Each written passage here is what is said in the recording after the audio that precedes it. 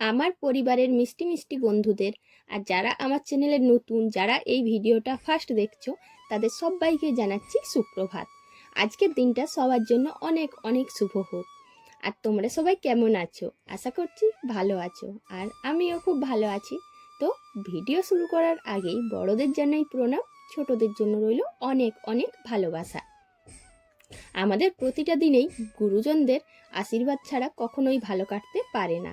তাই ভিডিও শুরু করার আগে সমস্ত গুরুজনদের আরও একবার প্রণাম জানাই।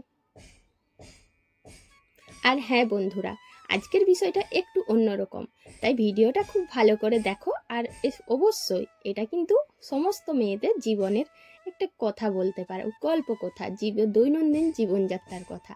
দেখো, আমাদের মতন দিন আনা দিন খাওয়া সংসার যাদের রয়েছে, যারা এই গরিব মধ্যবিত্ত ফ্যামিলির গৃহবধূরা, তারাই এটা খুব ভালো করে বুঝতে পারবে।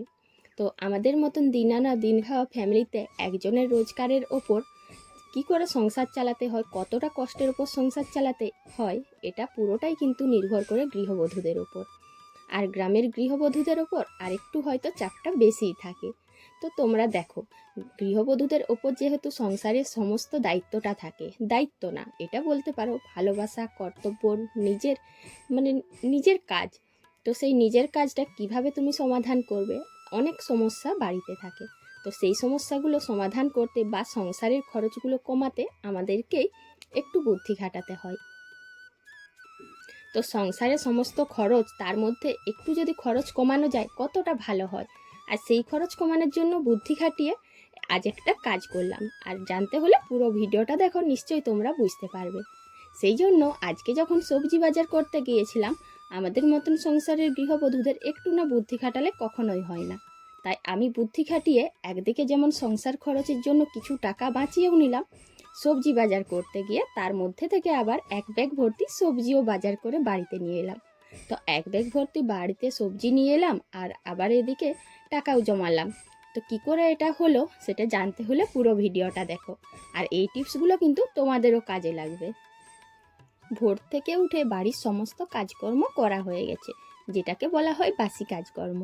বাসি কাজগুলো শেষ হয়ে গেছে, খাওয়া দাওয়া হয়ে গিয়েছে। তো এখন এই যে রান্নার জন্য বাঁধাকপিটা কেটে নিয়েছি। তো জানো তো বন্ধুরা, আজকে সবজির অনেক সমস্যা হয়েছে।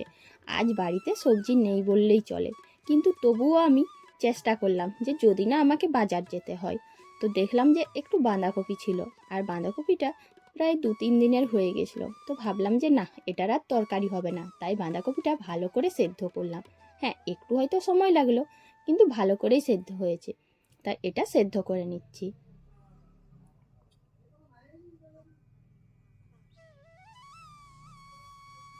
এখন শুধু মনের মধ্যে আসছে একটাই কথা, সবজি তো বাজার করা হলো না, এখন আমি কি রান্না করব।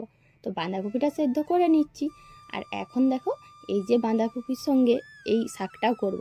যদিও দুটো শাক করা হয় না, কিন্তু বাধ্য তো, ওটা বাঁধাকপির শাক ভাজা করব, আর এটা করব পালং শাক। পালং শাক কেন করছি সেটাও বলে দিই। সবজি ছিল না, তাই বাগান থেকে এই পালং শাকটা তুলে এনেছি। আর বাড়িতে একটি সজনে ডাঁটা ছিল, মাত্র একটি সজনে ডাঁটা, একটা গাজর, আর ছোট্ট এক টুকরো বেগুন ছিল। তো যাই হোক, তার সঙ্গে একটা আলু মিশিয়ে দিয়েছি, সেগুলো কেটে রেডি করে রেখেছি, এই যে থালাতে ঢাকা দেওয়া আছে। আর ওটার সঙ্গে এখন পালং শাকটা দেব। তোমরা এখন বলতে পারো পালং শাকের তরকারি। সত্যি বলতে কি বলো তো বন্ধুরা, পালং শাকের তরকারি তোমাদের দাদা ভাই আর আমার ছেলে দুজনের কেউই খেতে পছন্দ করে না। আর শাকগুলোও সেই রকম অতটা ভালো না। তো বাড়িতে যে একটা দুটো সবজি ছিল, সেগুলো কি আর ফেলে দেবো, সেগুলোও শুকনো হয়ে আসছে। সেই জন্য আমি ওগুলো কেটে রেখেছি। বাগান থেকে নিয়ে এসেছি এই পালং শাক। পালং শাকগুলো ভালোই রয়েছে, শুধু মাঝে মাঝে ফুটো, তাই একটু বেছে নিয়েছিলাম। তারপর এখন কেটে নিচ্ছি। আর কেটে নেওয়ার সময়ও একবার ঝেড়ে নিচ্ছি। জানো তো বন্ধুরা, বাড়িতে লাগানো সবজিগুলো একটু যদি দাগ হয়, বা একটু যদি ফুটো হয়, বা যদি বুড়োও হয়, তবু কিন্তু ওটার স্বাদ অনেক বেশি থাকে। কারণ আমরা বাজার থেকে যেগুলো কিনে নিয়ে আসি, সেগুলো বিভিন্ন কীটনাশক দিয়ে তৈরি হচ্ছে, বিভিন্ন সার ছড়িয়ে দেওয়া হচ্ছে, তাহলে দুদিনের মধ্যেই বড় হয়ে যাচ্ছে। তাই ওগুলো যেমন শরীরের জন্য ক্ষতিকর, তেমন কিন্তু একটুও স্বাদ লাগে না। কিন্তু কি আর করার থাকে, আমাদের জীবনযাত্রায় ওগুলোই মেনে নিতে হয়। তো আজকে সেই জন্য আমি পালং শাকগুলো নিয়ে এসেছি।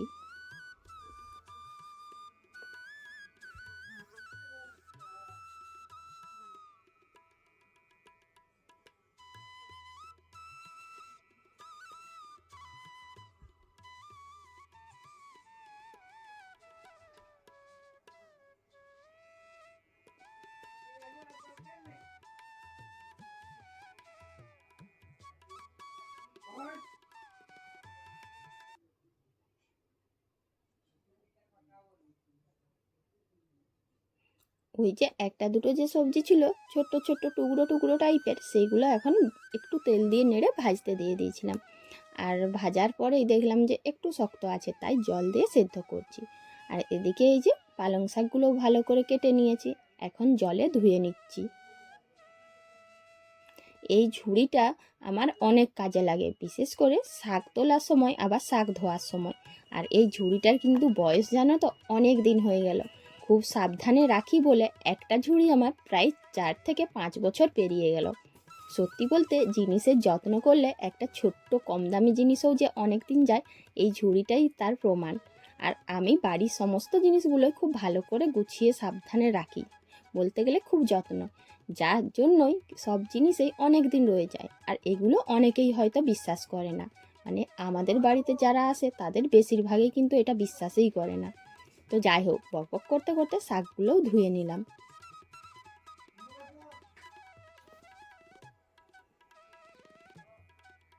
শাকটা একটু ওপর নিচ করে এই যে এরকম ঝেড়ে ঝেড়ে নিচ্ছি। এইরকম ঝাড়লে যতটা জল আছে সবটাই নিচে পড়ে যাবে। অন্য সময় কি করি, কোনো একটা জায়গার ওপরে রাখি, কিন্তু এখন যেন একটুও সময় নেই, মানে রান্না চলছে সেই সময় শাক কেটেছি, তাই শাকটা ওইভাবেই জল ঝরিয়ে নিয়েছি। এখন এই যে তরকারিটার ওপর দিয়ে ভালো করে নেড়ে বড়ি 5 ফোড়ন দিয়ে ছুঁকে দিলাম। তো বলো বন্ধুরা, তরকারিটা কেমন লাগছে দেখতে? আর সত্যি বলছি, খেতে কিন্তু অপূর্ব হয়েছিল।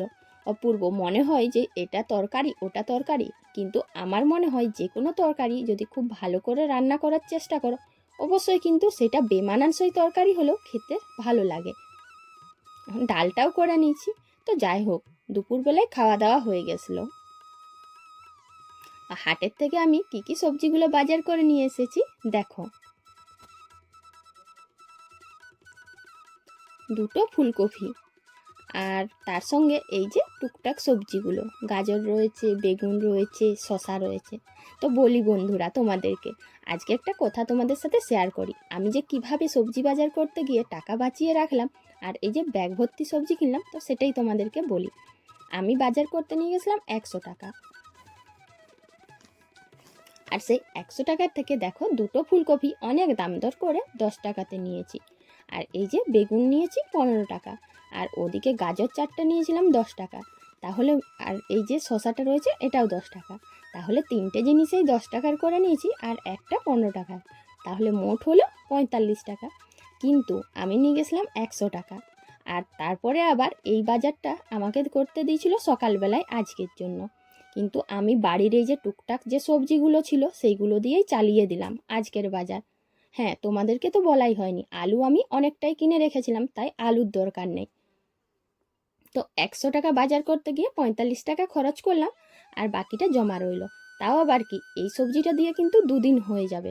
তার মানে আজকের সবজির জন্য 100 ছিল, কালকের জন্য আরও 200, মোট 300।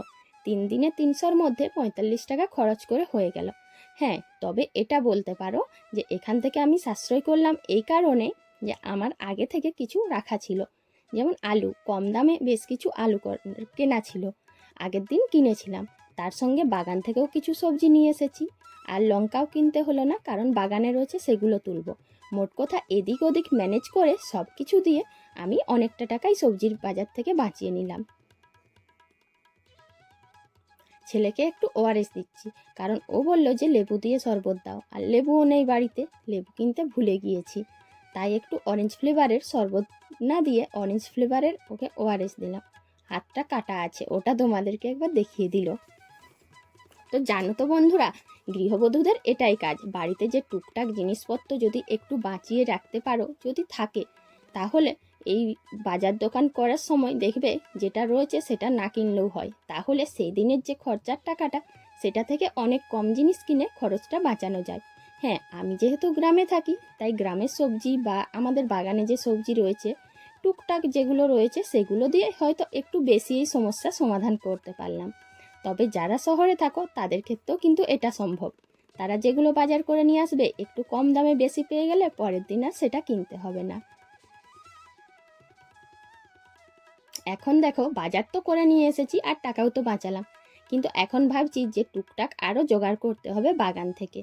তো বাগানে এই যে পেঁয়াজগুলোতে জল দিতে এসে মোটামুটি সবগুলোতেই জল দিয়ে দিয়েছি, ফুল গাছেও জল দিয়েছি। তো পেঁয়াজে জল দিতে এসে দেখলাম কতকগুলো পেঁয়াজ সাই হয়েছে।